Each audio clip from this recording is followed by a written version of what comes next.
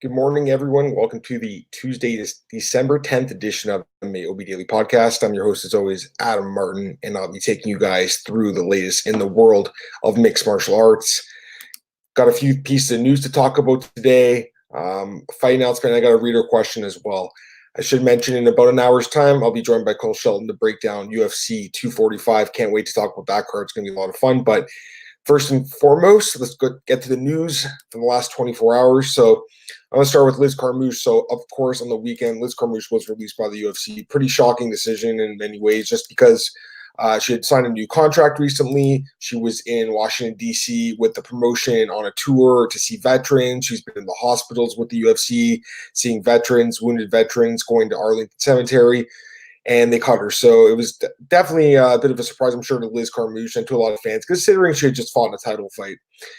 I talked about this on the podcast yesterday. You know, the decision to cut her, obviously, I think it had a lot to do with that last fight with Valentina Shevchenko. It was not a good fight, not an entertaining fight, and I think the UFC decided, you know what, there's just no value in having her on the roster when she's probably going to grind out a lot of our 125-pound prospects or 135-pound prospects, and we'll just decide to release her. So apparently, she hasn't lasted that long on the free agent market. According to Steve Morocco on MMAfighting.com, Liz Carmouche will be signing with Bellator. So I think a lot of people penciled this in as soon as she was released. They figured Bellator would give her a shout.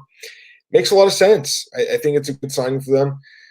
Obviously, she is a pretty notable name in the world of women's mixed martial arts, and Bellator is still building up their divisions at 125 and 135. Now, there is one potential conflict here. Of course, Alima McFarlane is her friend. It's her training partner. And she's obviously the champion, so I don't expect them to be fighting anytime soon. But the thing is, with Liz, she can fight at 125 or 135. And she doesn't have to fight for the belt. There's other fights for her to get. You know, I think Bellator will probably keep her pretty busy. I think one of the things she talked about when she was released was the fact that she wasn't getting that many fights and she wanted to fight more often. She fought twice this year, but last year only fought once in 2017, only fought once in 2016, only fought once in 2015, only fought once in 2014. So really, she's been averaging one fight a year for the UFC. I think Bellator will keep her a lot busier. They need female fighters. They need flyweights. They need bantamweights. So this makes a lot of sense, in my opinion. It is a good match on paper. I think Liz could have went to Invicta. She even mentioned Ryzen and won as potential landing spots, but it looks like Bellator is going to sign her. So that's not 100% official yet. But as soon as the UFC gives her release papers, Bellator will probably sign her, according to Steve Morocco. And again, I think it's a pretty good signing, and it makes a lot of sense. Although, again, she won't be fighting for the belt because one of her best friends is already the champion. A couple other pieces of news here. Johnny Walker, he's going to probably be training in TriStar. Firas Zahabi was talking to Brett Okamoto of ESPN, mentioned that Johnny is in talks with Firas right now to head to Tristar Gym. This is a great move for Johnny Walker. He's a guy who's kind of a nomad. He goes around to different camps. I know he's been training in Thailand, obviously trains in Brazil as well. But I think going up to Tristar Gym will probably help him out at this point in his career. We know this guy's knockout power. We know he's flashy. We know he's a lot of fun to watch. But that last fight, Corey Anderson, was very disappointing. It looked like he just didn't have a game plan. He didn't have the right coaching in that fight. And he got caught and he paid for it. So this guy, to me, is still a top prospect at 205. Only 27 years old. You know how exciting this guy is. He has tons of knockout power. He's got submission ability. He's a very dangerous guy. But he is coming off a loss. And a lot of times when fighters lose, they just stick to what they're doing. And they hope for better results. In this case, Johnny said to himself, you know what, I don't like the way I perform. I'm going to go and try something else. So this is a great move for him. I wouldn't be surprised if his next win is a decision, not a stoppage.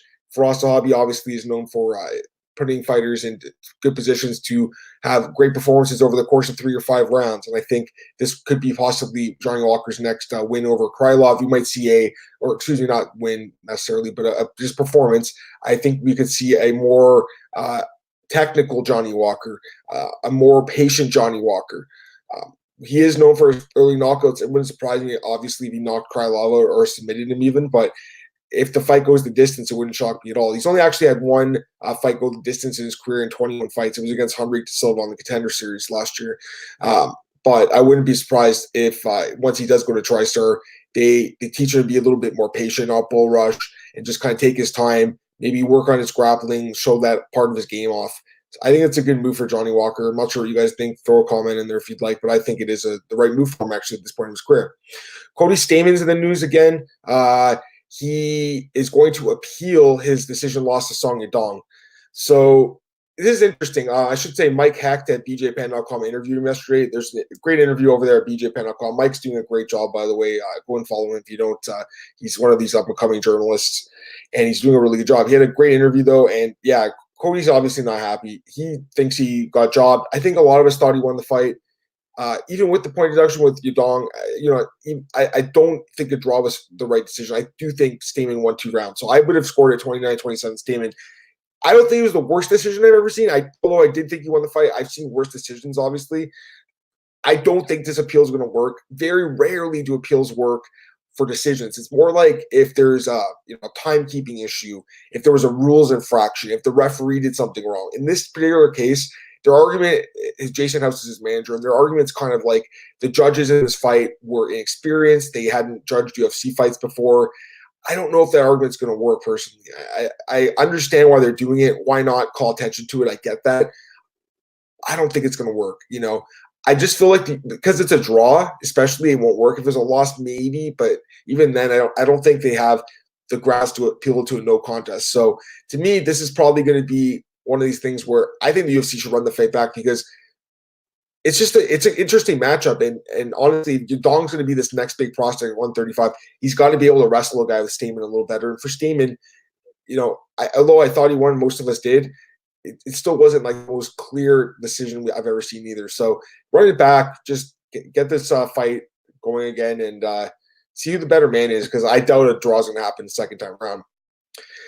Justin Gaethje, he was interviewed yesterday, and he's talking about Conor McGregor's return. And surprisingly, he was actually really happy about it. He just praised Conor McGregor, said, he's great for the sport.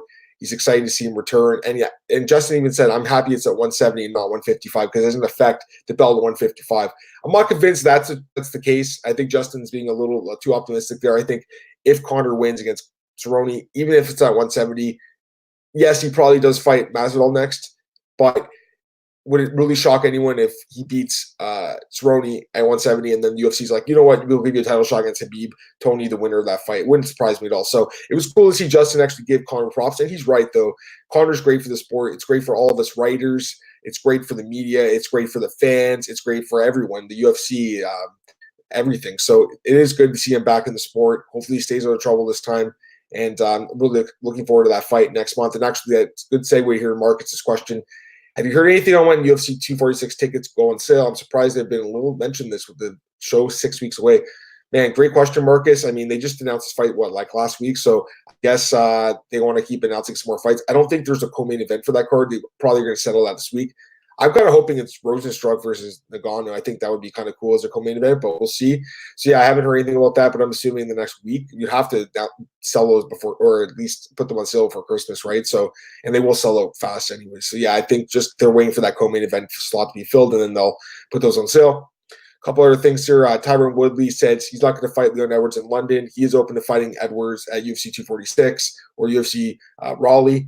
I think the 246 makes a lot of sense for Woodley Edwards as well. That could be a co-main event, possible number one contender fight as well. So that makes sense. I can't blame Woodley for not going to London to fight him.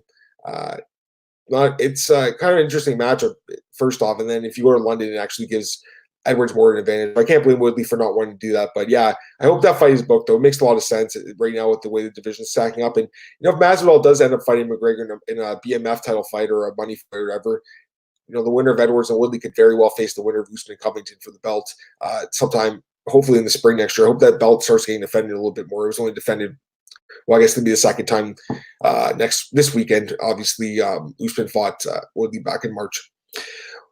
No fight announcements in the UFC. They've been announcing fights like crazy, so no surprise there. But there was one in PFL I want to get to. The PFL finale takes place obviously New Year's Eve, and it's going to be a pretty good card. I know a lot of people probably won't be watching it. And by the way, PFL, I like PFL. I like what they do. And the reason I like what they do is because they give fighters opportunities. Anytime a fighter gets an opportunity to make more money, I'm happy about it. But the problem with PFL is the numbers have been coming out, the attendance, the gate, the TV numbers, not good. Not good. So does it last the third season? I'm not sure, but at least it will last the second season, and hopefully these guys do end up getting paid. The last last year they got paid, so I'm assuming there will be no issues here. But yeah, I don't know if there's going to be a third season. If that's the case, you have to wonder, like, where do the fighters go? Do they go to the UFC? They go to Bellator? Who knows? That's obviously neither here nor there. But anyways, as far as this fight goes, Brendan Loughnane will be taking on David Valente. That's a special attraction fight on the finale card, which will feature 6 title fights. So 6 5-round fights, and then we'll have this fight, maybe another fight if I had to guess. But yeah, well, Brendan Loughnane, obviously the UFC passed on him after Contender Series. It was a mistake by Dana White, but he has looked pretty good since then. Picked up a win over Matt Wagney in PFL in his last fight. He takes on this guy David Valente, 11-4 record. Don't know too much about him, but he's coming off 2 straight losses to Kerry Banks and Bruno Tavares. Banks used to fight in Bellator. The fact he's coming off 2 losses and he's fighting a guy as dangerous as Brendan Loughnane, this is a setup fight for Loughnane. PFL likes him. I like Loughnane too. He's a good fighter. He should be in the UFC right now. It is what it is. Dana White didn't like him that much, but yeah, I think Loughnane should probably win this fight pretty easily if you had to ask me. And the last thing I want to talk about here, I got a question from Kevin Scott. And Kevin, I appreciate the questions as always, man. And you guys can send questions anytime you want. My email is adam_martin13@hotmail.com. I always appreciate questions. I'll read Kevin's question right now. It's actually from, I think he sent it Friday. I wasn't able to get to yesterday with the recap show, but I want to do it right now. Just caught today's podcast. One thing to keep in mind with Tyson Fury is that money is of zero concern to him. He's a really interesting character. Remember, this is the guy who donated 100% of his purse from the Deontay Wilder fight to charity. So if he takes a pay cut to come to MMA, which would definitely be the case, I doubt the difference is too much for a guy who recently wrote a $7 million check to charity. Not saying it will or won't happen, just that money probably won't be the deciding factor. He also has another question, but I'm going to get to this one first. Yeah, that's a good point, Kevin. You're right. Tyson's definitely a different guy, and I think he's a guy who's dealt with a lot in his life, and I think he's responded really well to the adversity he's dealt with, and he's a really interesting character for sure, and like I said, a different guy. So you're right, maybe the money isn't the most important thing. Maybe he just wants that challenge of fighting in the UFC. And I will say this, if he does want to fight in MMA, he's 100% coming to the UFC. There's no other promotion that makes sense for Tyson Fury.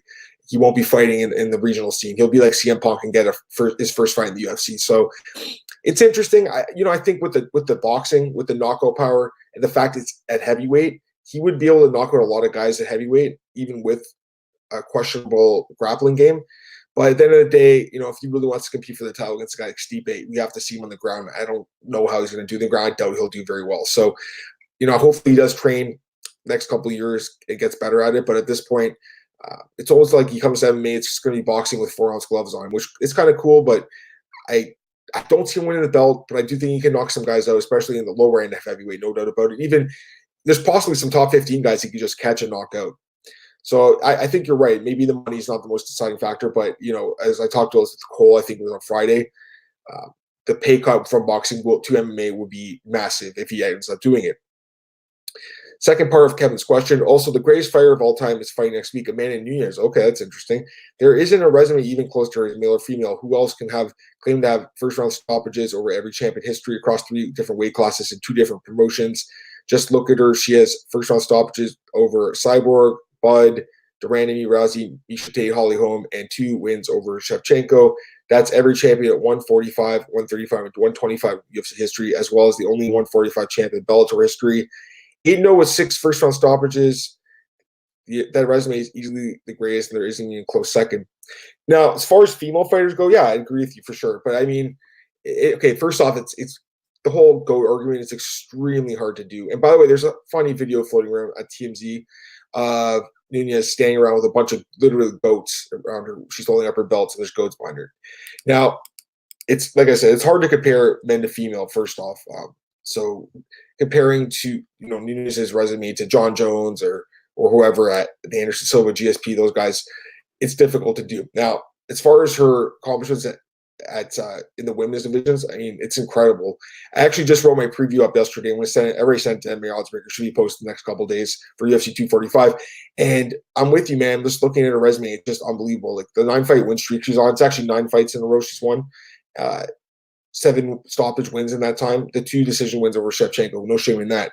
1 loss in the UFC. She's 11-1 in the UFC. 1 loss to Kat Zingano, which obviously looking back is surprising, but at the time Zingano actually was a really good fighter. Her resume is amazing. Holly Holmes, Chris Cyborg, Shevchenko, Rousey, Tate. you can go down more. Like Duran to me, Sarah McMahon, like, her resume is amazing, no doubt about it. But I just find it difficult to put her on the same level as John Jones. That's just me. Again, it's really hard to compare a female and male fighter. I just think we should have two separate pound for pound lists. UFC only does one, but I think we should have two separate ones. Because if you look at John Jones, 25-1 in one no contest. The one no contest was a knockout win by head kick over DC. He did test positive, so no contest, whatever. And then the other loss was obviously the DQ loss to Matt Hamill 10 years ago, which was one of the worst calls by a referee ever in MMA history. Steve Mazzagatti should be ashamed of himself. John Jones is an undefeated fighter. He's 20, in my mind, he's 27-0, and in most people's mind, with 16 finishes. So the guy is amazing, and to me, he's still the greatest of all time. I know, obviously, the PED thing's not good, and the stuff outside the cage, but you can't discount what this guy's done. 2 wins over DC, or 1 if you want to count it. 2 wins over Gustafsson, Smith, Santos, OSP, Glover, Chael Sonnen, Vitor, Rashad Evans, Bachita, Jackson, Shogun, Ryan Bader. I mean, this guy, he's the best resume of all time, in my opinion. So I know what you're saying about Nunes. She's incredible. Female fighter-wise, yeah, I think she's past Cyborg. I think she's past Rousey. She did beat them both head-to-head, too. That's huge. But all-time, it's John Jones, in my opinion. And again, it's very difficult to compare a female GOAT with a male GOAT. But if you asked me who the GOAT is, and I was, you put a gun to my head and say, who's the greatest fighter of all time, it's John Jones. That's just my opinion, though. Anyways, guys, I appreciate you tuning in, as always, for this morning podcast. I'll be back at 11 a.m. with Cole Sheldon breaking down UFC 245. Guys, check me on Twitter at MMAOB Podcast, MMAOddsbreaker.com, YouTube, SoundCloud, Spotify, Anchor, Google Podcasts, iTunes, everywhere. Also, check me out at bjpenn.com and MMAratings.net. I'm going to be leaving for Vegas on Friday morning, so the podcast is going to be at some different times next week, but I'll still be doing it. I'm definitely going to be keeping you guys up to date on what I've been up to over there in Vegas and talking about the fights. So, guys, have a great morning, and I'll be back in just a little bit to break down UFC 245. Have a good one. Bye.